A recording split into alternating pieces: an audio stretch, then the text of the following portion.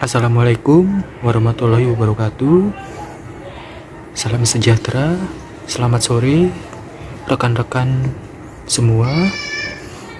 Kami dari kelompok M yang beranggotakan saya atas nama Didi Yuda Permana dengan NPM 2021 1457 0018 dan rekan saya Zikri Abdul Karim dengan NPM 2021 1450 0540 ingin menjelaskan mengenai wawasan isu lingkungan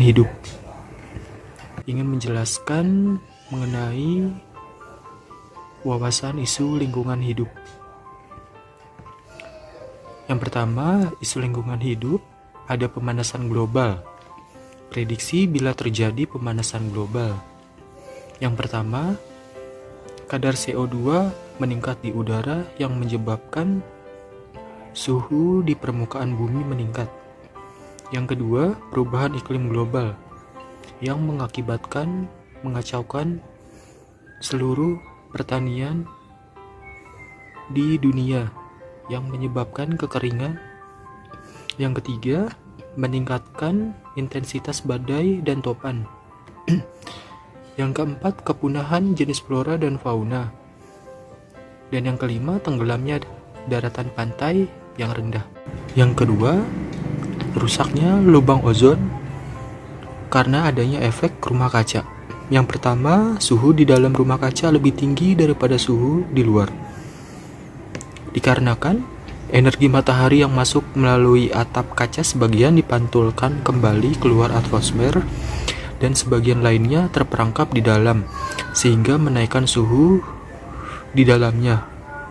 Yang kedua, sinar matahari dipantulkan kembali oleh benda dan kaca membentuk gelombang panas. Terdapat gas kaca yang keluar dan membentuk lapisan bumi. Gas kaca ini berupa CO2, metana, NOx, serta beberapa gas lainnya yang membentuk gelombang panas. Kemudian, 35% sinar matahari tidak sampai ke bumi. Gelombang pendek yang diserap. 2% dipantulkan oleh bumi, kemudian 6% dipantulkan oleh hamburan atmosfer dan 27% dipantulkan oleh awan. Kemudian sebagian besar atmosfer memantulkan kembali ke ruang angkasa atau albedo bumi. Di sini atmosfer sendiri memantulkan dan menyerap panas sekitar 34%. Panas matahari dipantulkan kembali ke angkasa. Sedangkan sisanya 19% diserap awan dan atmosfer. Dan 47% mencapai permukaan bumi. Yang kedua, adanya efek rumah kaca. Semua molekul gas yang terdiri lebih dari satu atom menyerap sinar inframerah, misalnya seperti uap air dan CO2. Panas terperangkap dalam troposfer, suhu troposfer dan permukaan bumi naik mengakibatkan efek rumah kaca. CFC atau yang kita kenal dengan sistem pendingin dapat mencemari udara naik ke atmosfer dan merusak ozon. Dampak rusaknya lubang ozon, masuknya sinar UVB, dan juga dapat merusak protein dan DNA sel, menyebabkan kanker, imun menurun, dan penyakit katarak. Yang ketiga, dampak hujan asam. Yang pertama, hujan asam, hujan air di bawah pH 5,6. Tingkat keasaman atau yang kita kenal dengan istilah pH terjadi pada tingkat curah hujan. Air hujan cenderung baik, berkisar di angka 6,1 sampai 7.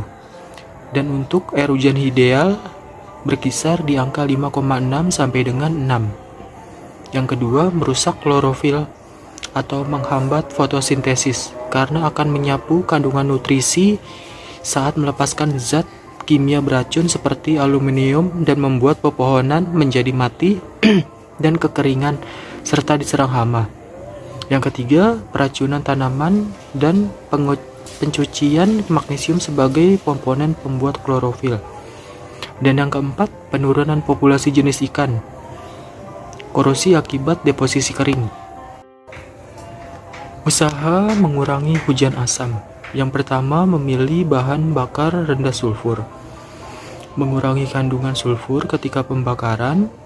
Dan yang terakhir, pengendalian selama pembakaran atau melakukan penghematan energi seperti BBM, BBF, dan juga BBG. Pembahasan pertama yaitu apa lingkungan hidup itu. Kita akan belajar dan mengetahui bersama. Di sini di mana lingkungan hidup adalah kesatuan ruang dengan semua benda, daya, keadaan dan makhluk hidup, termasuk manusia dan perilakunya, yang mempengaruhi kelangsungan perhidupan dan kesejahteraan manusia serta makhluk hidup lain dan dapat mempengaruhi hidupnya. Di sini juga mungkin teman-teman bertanya-tanya, sejak kapan masalah lingkungan mulai ramai dibicarakan? Karena ini penting sekali ya, yang dimana lingkungan itu tempat kita hidup juga, selain kita ada makhluk hidup yang lain, seperti hewan dan tumbuhan. Dan ini untuk isu lingkungan hidup sangat penting ya, untuk kehidupan kita. Dan ini mulai ramai dibicarakan tepatnya sejak diselenggarakan PBB tentang lingkungan hidup di Swedia pada 15 Juni pada tahun 1972. Berarti sudah sangat lama ya teman-teman untuk masalah isu lingkungan hidup ini. Bagaimana di Indonesia sendiri? Di sini di Indonesia sendiri, masalah lingkungan hidup di Indonesia sejak diadakannya seminar di Universitas Padjadjaran Bandung pada 15 sampai 18 Mei 1972. Berarti sudah sangat lama ya teman-teman, bahwa untuk problematika masalah lingkungan hidup ini juga penting di Indonesia untuk diangkat dan dibicarakan. Baik, selanjutnya apa saja faktor terpenting dalam permasalahan lingkungan hidup? Besarnya populasi manusia, laju pertumbuhan penduduk yang pesat menimbulkan tantangan coba yang diatasi dengan penggunaan dan industrialisasi. Di samping ini, industrialisasi juga memiliki dampak negatif bagi manusia yang berakibat pencemaran lingkungan. Isu lingkungan lokal. Saat ini kita ketahui lapisan ozon semakin menipis, di mana yang kita ketahui bersama apabila lapisan ozon semakin menipis bahkan menghilang dari alam semesta ini, maka yang akan kita rasakan penyakit-penyakit itu akan mudah menyebar dan makin menjadi-jadi. Cuaca tidak menentu, pemanasan global, dan mencairnya es yang berada di kutub utara dan selatan. Tentu hal ini tidak baik untuk kita dan alam kita, yang dimana kita harus menjaganya. Nanti akan kita bahas di selanjutnya bagaimana cara menanggulanginya untuk permasalahan ini. Dapat dilihat pada data tahun 2020, bahkan sampai saat ini, masalah yang ada belakangan ini yaitu ada kekeringan yang memiliki dampak gangguan kesehatan dan keterancaman pangan. Ada banjir, dampaknya yaitu gangguan kesehatan yang pertama, dan ada penyakit kulit. Serta longsor, dampaknya kerusakan tempat tinggal, ladang, dan sawah. Di sini juga ada erosi pantai yang memiliki dampak hilangnya kegiatan pariwisata. Serta ada intrusi air laut yang memiliki dampaknya yaitu akan kekurangannya air tawar, yang dimana di Indonesia sendiri ini masih banyak sering terjadi dan masih menjadi problematika masalah lingkungan hidup yang terjadi saat ini. Isu lingkungan nasional. Apa saja isu yang ada di lingkungan nasional? Di sini yang pertama yaitu kebakaran hutan. Dapat terjadi karena alami atau ulah manusia sendiri yang berdampak buruk bagi kita, seperti di sini mengganggu pernapasan. Dan yang kedua ada pencemaran minyak lepas pantai. Pencemaran lepas minyak pantai ini akan berdampak banyak, yaitu untuk kematian organisme, perubahan reproduksi dan tingkah laku organisme. Di sini akan menyebabkan bau lantung, mengganggu kegiatan budidaya perikanan, dan mengganggu ekosistem.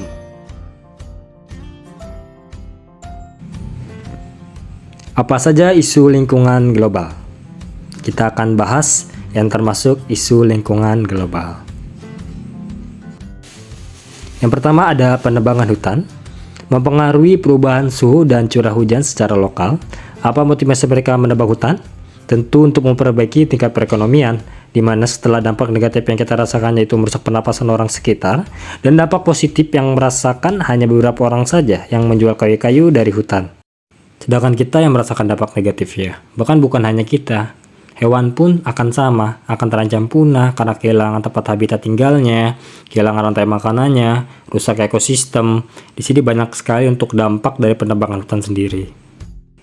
Lalu bagaimana bila semua lahan hutan maupun pertanian dijadikan untuk perindustrian? Apa yang akan terjadi? Yang terjadi apabila semua lahan perhutanan dan pertanian digunakan untuk perindustrian yaitu tidak adanya penyerapan air sehingga menyebabkan banjir, krisis air tanah, dan juga perpohonan yang seharusnya untuk menyangga apabila terjadi longsor. Apa saja dampak yang kita rasakan apabila terjadi bencana alam yang dipengaruhi penebangan hutan? Yaitu ada banjir dan longsor, kurangnya serapan air tanah, dan akan merusak udara segar dan pernapasan. Tentu sangat merugikan untuk diri kita.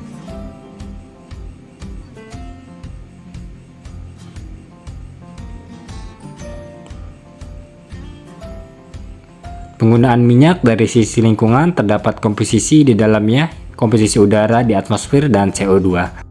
Diperkirakan tahun 1990 sampai 2100 akan terjadi kenaikan rata-rata suhu global dari 1,4 sampai 5,8 derajat Celcius, mengakibatkan mencair gunung es di kutub utara dan selatan. Contoh, penyebab, dan dampak. Mari kita bahas bersama ya teman-teman. 1. Pemanasan global atau global warming. Dampak bagi lingkungan geofisik, pelelahan es kutub, kenaikan air mutu, perluasan gunung pasir, peningkatan hujan dan banjir, perubahan iklim, dan punahnya flora dan fauna. Dampak bagi aktivitas sosial ekonomi, gangguan pada pesisir dan kota pantai, gangguan prasarana, fungsi jalan, dan pelabuhan. Yang kedua, penipisan lapisan ozon. Dalam lapisan stratosfer, pengaruh radiasi ultraviolet, CFC terurai dan membebaskan atom. Dampak bagi makhluk hidup yaitu lebih banyak kasus kanker kulit. Hujan asam. Proses revolusi industri mengakibatkan timbulnya zat pencemaran udara. Dampaknya, proses korosi semakin cepat, iritasi pada kulit, sistem pernapasan, menyebabkan keasaman tanah. Desertifikasi. Penggurunan. Menurunkan kemampuan tanah. Pada proses desertifikasi terjadi pengurangan produktivitas. Dampaknya, semakin meningkatkan lahan krisis di muka bumi sehingga penangkapan CO2 atau udara semakin berkurang. Penurunan keanekaragaman hayati. Tidak hanya mewakili jumlah atau spesies di suatu wilayah, meliputi keunikan gen, spesies, dan ekosistem. Dampaknya memiliki potensi besar bagi manusia dalam kesehatan.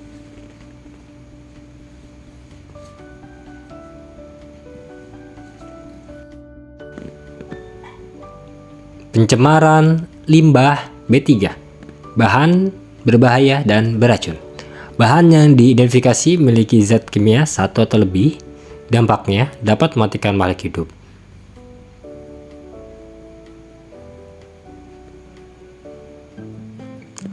Upaya pelestarian lingkungan hidup. Yang pertama yaitu menjaga agar tidak merusak lingkungan.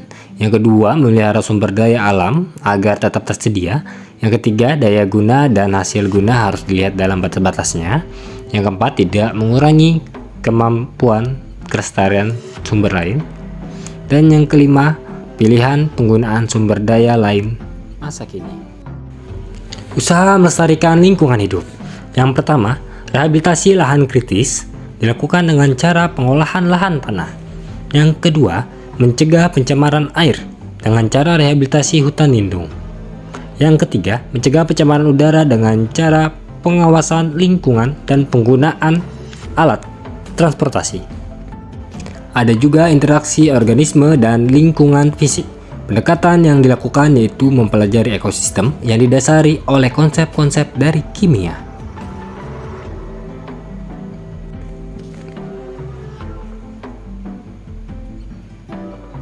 Keseimbangan daur unsur-unsur kimia sangat berpengaruh terhadap keseimbangan suatu ekosistem dengan cara melihat neraca keseimbangan dari banyak unsur yang keluar atau masuk.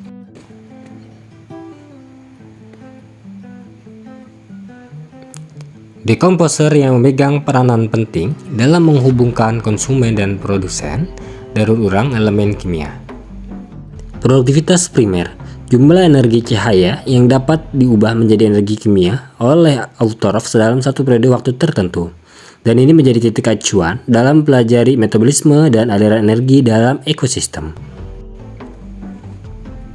Produktivitas primer bersih, jumlah energi yang tersedia untuk setiap tingkatan trofik ditentukan oleh NPP dan tingkat efisiensi untuk setiap makanan yang dapat diubah menjadi biomasa dalam tingkatannya.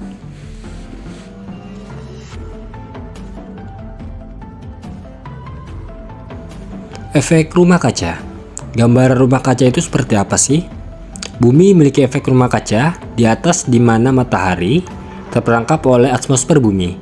Gas-gas di atmosfer seperti karbon dioksida dapat menahan panas matahari sehingga panasnya matahari terperangkap di dalam atmosfer bumi.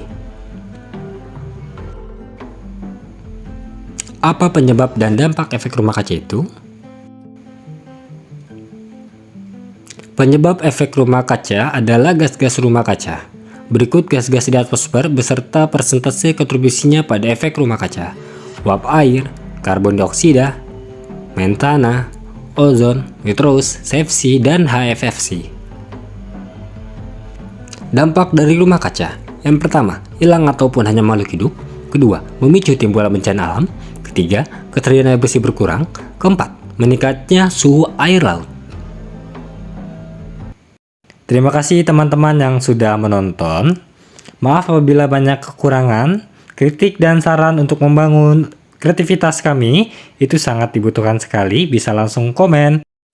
Dan saya ingatkan kembali teman-teman, jangan lupa untuk pencet tombol like,